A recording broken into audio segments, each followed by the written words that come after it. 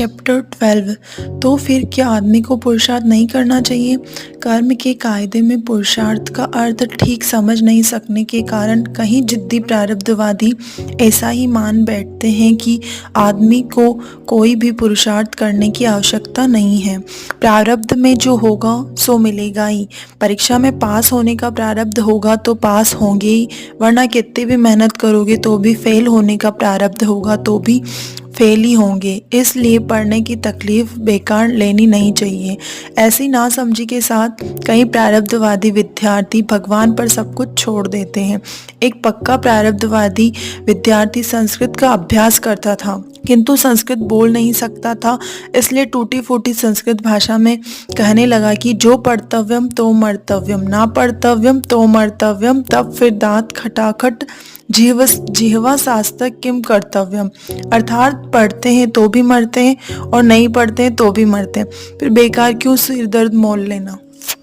ऐसे पागल प्रारब्धवादी पुरुषार्थ का अर्थ समझते ही नहीं। प्रारब्ध में हो तो ही मिलता है, यह वास्तविक सत्य है, किंतु प्रारब्ध कहाँ लगाना और पुरुषार्थ कहाँ करना, उसका विवेक आदमी को ठीक तरह समझ लेना चाहिए।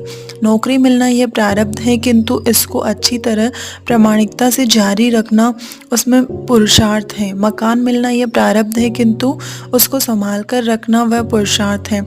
पैसा मिलना प्रारब्ध है, किंतु उसका कैसे सदुपयोग करना यह पुरुषार्थ है।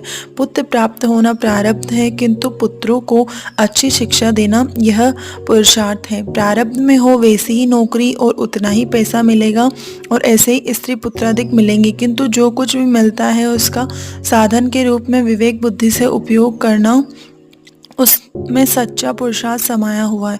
संपत्ति होना प्रारब्ध है, किंतु अपने आत्मा को संतोष हो उतना पुरुषार्थ तो आदमी को करना ही चाहिए।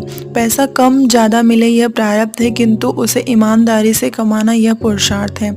ज़्यादा पैसा मिलने से ही सुखी हो सकते हैं, गलत धारणा है। अधर्म से प्राप्त किया हुआ अर्थ अनर्थ बन जाता है। पाप से पैदा किए हुए धन से धनाढ्य हुआ सेठ दुखी होता है। लड़के आवारा होते हैं और स्त्री भी बेशरम मिलती है। पैसा हो तो पैसा होने की परिस्थिति का लाभ उठाकर आदमी को मोक्ष मार्ग पर जाना चाहिए। पैसा नहीं है तो पैसा नहीं होने की परिस्थिति का लाभ उठाकर मोक्ष मार्ग पर जाना चाहिए। पत्नी हो तो पत्नी होने का लाभ लेकर मोक्ष मार्ग पर जाना चाहिए और विदुर हो तो विदुर होने की परिस्थिति का लाभ लेकर मोक्ष मार्ग पर जाना चाहिए। प्रारब्ध वशात जो देह, स्त्री, पुत्र, धन आदि जो कुछ प्राप्त हो या न हो, उस परिस्थिति का लाभ लेकर मोक्ष मार्ग पर जाने का पुरुषार्थ करना है। अकृत्वा पर संतापम अगत्वा खल नम्रताम अकलेशयित्वा निर्जातमात्मना यत् स्वल्पमपि तद्बहु। किसी की भी आत्मा को कष्ट दिए बिना, नीच आदमी की खुशामद के लिए उसके घर गए बिना और अपनी आत्मा को कलेश किए बिना जो कुछ भी प्रारब्ध वर्षात मिले वह बहुत हो गया।